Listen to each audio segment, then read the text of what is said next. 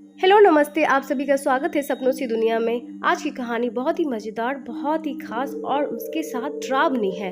तो जो लोग मेरे चैनल पर नए हैं वो चैनल को सब्सक्राइब करना ना भूलें और कहानी को शुरू से लेकर अंत तक अवश्य ही देखें। तो चलिए कहानी की शुरुआत करते हैं। भूतनाशक बाबा। सालों पहले माधोपुर और श्यामपुर के जंगल तक भूत प्रेत की कहानियां फैली हुई थी। पास के ही गांव के लोग इन्हीं जंगलों में अपने जानवर चराते थे, लेकिन भूत के डर से शाम होने से पहले लौट जाते थे। एक दिन राजीव भी उसी जंगल में अपनी बकरियों के लिए घास लेने के लिए गया था। अक्सर काम से जी चुराने वाला राजीव मजबूरी में जंगल आया था, इसीलिए उसका मन घास काटने का बिल्कुल भी नहीं था। जंगल में आसपास उसने देखा कि घास नहीं है, क्योंकि सारी गाय बकरी घास खा गई थी। अब वो मरे मन से आगे बढ़ने लगा। जाते जाते वो करीब जंगल के बीच में पहुंच गया था। वहां काफी हरी घास और पत्तों से लदे हुए पेड़ थे। पास में ही झरना भी बह रहा था। ये सब देखकर राजीव को और आलस आ गया। उसने सोचा कि कुछ देर पत्थरों पर बैठकर आराम कर लेता हूँ। लेटते ही राजीव गहरी नींद में चला गया और सपने देखने लगा। सपने में ही राजीव जंगल का रास्ता भूल गया था और उसने एक अजीब से आदमी को भी देखा। आदमी की शक्ल इतनी डरावनी थी कि राजीव की नींद खुल गई। डरा हुआ राजीव एकदम उठा और बकरियों के लिए घास काटने लगा। भले ही वो घास काट रहा था, लेकिन उसके जहन से सपने वाले उस डरावने इंसान की शक्ल जा ही नहीं रही थी। राजीव घास जल्दी जल्दी काट रहा था, क्योंकि सूरज लगभग ढलने ही वाला था। उसने कुछ देर बाद दो लोगों की आवाज़ सुनी। वो दौड़ता हुआ उस आवाज़ की तरफ बढ़ने लगा। उनके पास पहुंचकर राजीव कहने लगा कि मुझे मेरे गांव जाने का रास्ता बता दीजिए। उसकी बात सुनते ही वो दोनों वहां से एकदम गायब हो गए। उन्हें एकदम से गायब होता देख हैरान राजीव बेहोश हो गया। कुछ देर बाद जब राजीव को होश आया तो उसने अपने सामने वही सपने वाला डरावना आदमी देखा।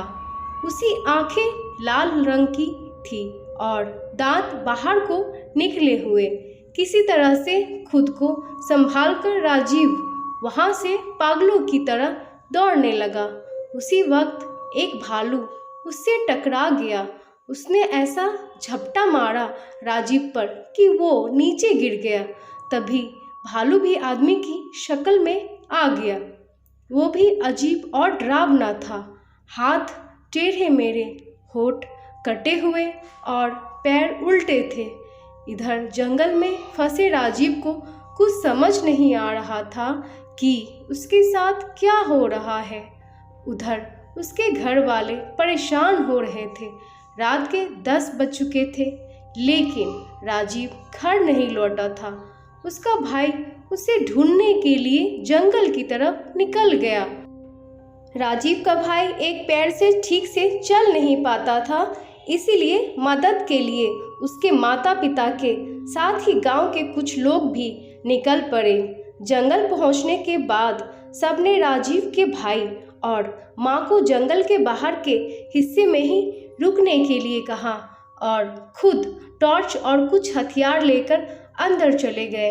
करीब 3 से 4 घंटे तक सबने जंगल के चारों ओर उसे ढूंढा, लेकिन वो कहीं नहीं मिला।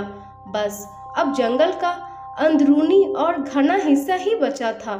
रात के 4 बज रहे थे, इसीलिए सबने सुबह होने का इंतजार करने का फैसला लिया और कुछ देर जंगल में ही बैठ गए। सुबह होते ही सब आगे बढ़े और राजीव की तलाश शुरू की, लेकिन वो कहीं भी नहीं मिला। सब थक हार कर अपने अपने घर लौट आए। राजीव किसी एक कोने में भूख प्यास से तड़पता हुआ पड़ा था। इसे इतना होश भी नहीं था कि वो कहाँ है। राजीव का परिवार भी 3 दिन से उसकी याद में परेशान थे। राजीव के भाई के मन में हुआ कि वो पक्का कहीं मुसीबत में ही होगा।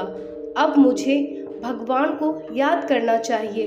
उसने तुरंत नीम के पेड़ के नीचे गड्ढा खोदना शुरू कर दिया। भाई लौटेगा कहते कहते किसी तरह से उसने गड्ढा खोद लिया।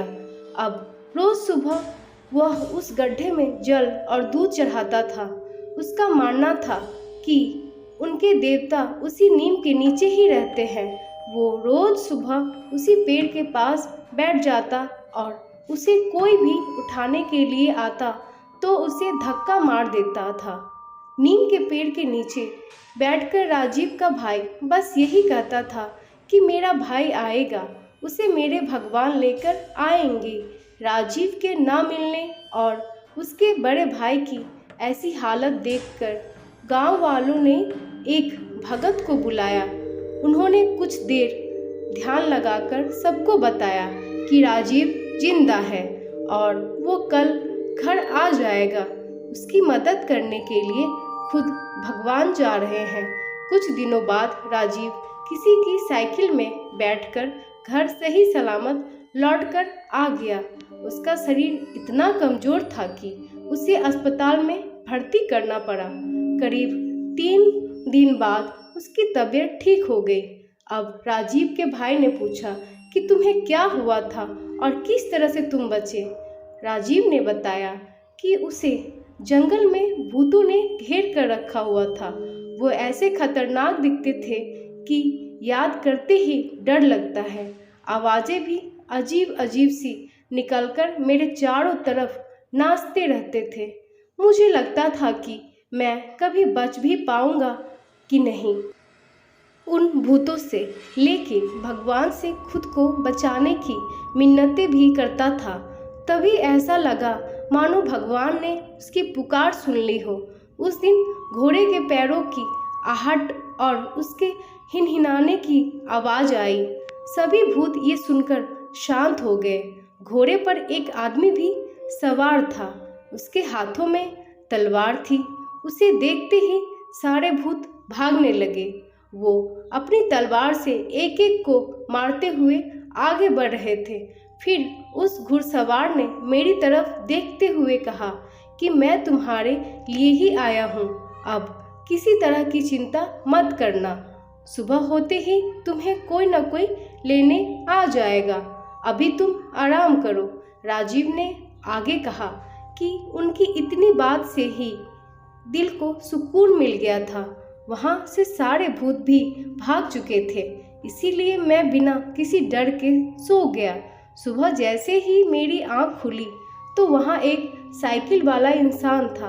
उसने मेरी तरफ हाथ बढ़ाकर कहा कि तुम्हारा घर कहाँ है, बता दो, मैं तुम्हें वहाँ पहुँचा दूँगा। उसके बाद वो मुझे घर ले आया। कहानी से सीख, भगवान पर अटल विश्वास हो तो वो भक्त की मदद करने के लिए किसी न किसी रूप में ज़रूर आते हैं। तो दोस्तों, आप सभी को ये मेरा स्टोरी कैसा लगा मुझे प्लीज़ कमेंट करके बताएं और अपने दोस्तों के बीच शेयर करें। और आप किस तरह की कहानी को देखना सुनना पसंद करते हैं ये भी मुझे कमेंट करके बताएं। एंड मिलते हैं फिर एक अनोखी डरावनी कहानी के साथ। Thank you for watching.